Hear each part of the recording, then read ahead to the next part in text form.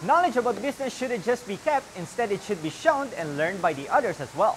Sa pagbisita ng ating kabarkadang si DJ De Leon sa 4Life office, kanyang inalam ang isang negosyong maaaring magiging susi ng ating pag-asenso. Let's all watch this.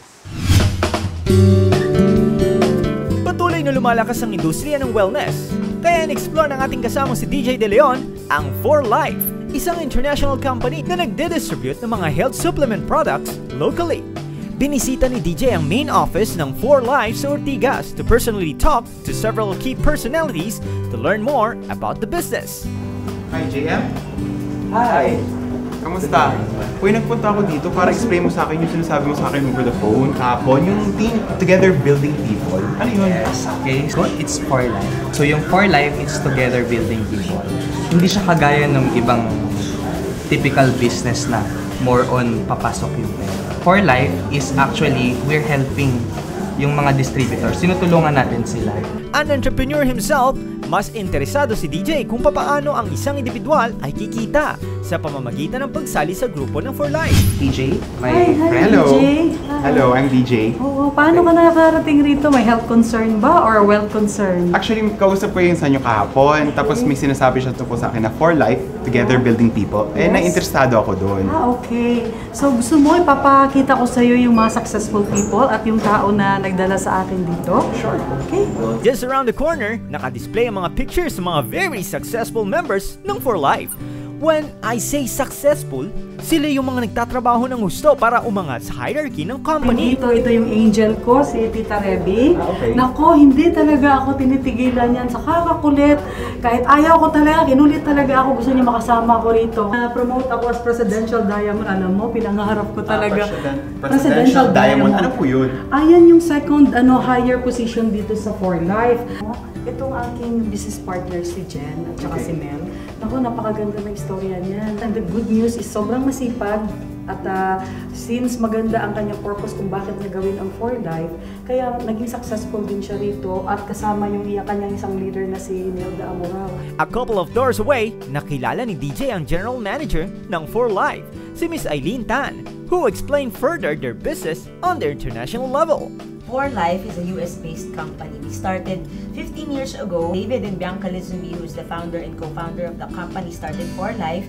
After 8 years of operations in the United States and in other different countries, nagbukas tayo dito sa Pilipinas. So dito sa Philippines, we have been around for the past 7 years.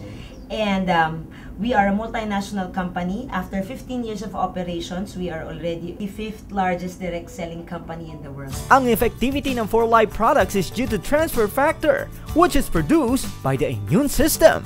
Isa tong produkto na gawa ng immune system para rin sa immune system. So talagang ito yung nakakatulong para hindi lang mapalakas yung immune system natin, kundi ma-modulate din yung ating immune system para kung sobrang hyperactive yung immune system, maibaba sa normal. Kung mahina naman yung immune system, ma-boost o mapalakas yung immune system. Ilang mga kababayan natin ang sumubok at ayon sa kanila ay napagaling o napabuti ang mga karamdaman sa pamamagitan ng paggamit ng mga 4Life products. Tulad ni Jeneline na naibsan ng epekto ng sakit na epilepsy. Atake po ako ng sakit ko dati. Madalas, minsan mga 4 days lang yan, umuulit na yan. Pero ngayon po, kada po magkakaroon na lang ako ng meds.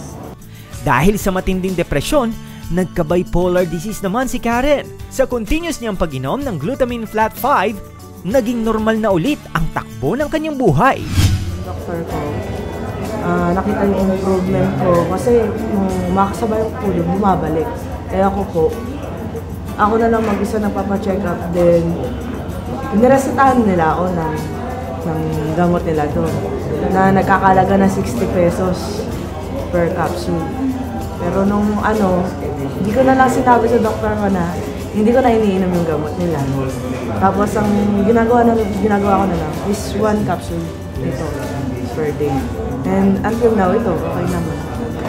Filariasis naman ang sakit ng kapatid na babae ni Miss Amy Batulan na lumaki ng abnormal ang dibdib. Kung makita ko siya ngayon na masaya, maliit yung katawan, lumiliit yung dibdib, yung 30 kilos is malaking tulong na yun. Tapos parang kasi parang ako nagpapainom, talagang wala silang pambili, kundi hinahataw ko po ito para mainom lang niya lang libre. Isang very rare at life-threatening disease ang dumapo sa toddler na anak ni Jen, na kung tawagin ay Dandy Walker Syndrome.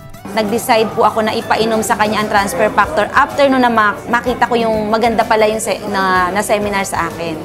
So in just 2 months, dire-diretso ko po siyang inihalo sa kanyang dede. And then after 2 months, nagulat na lang po ako kasi dire-diretso po na parang meron kung anong himala na nangyari. Hindi ko po alam kung paano nangyari, but then para sa akin, this is an answered prayer na nakilala ko po ang transfer factor.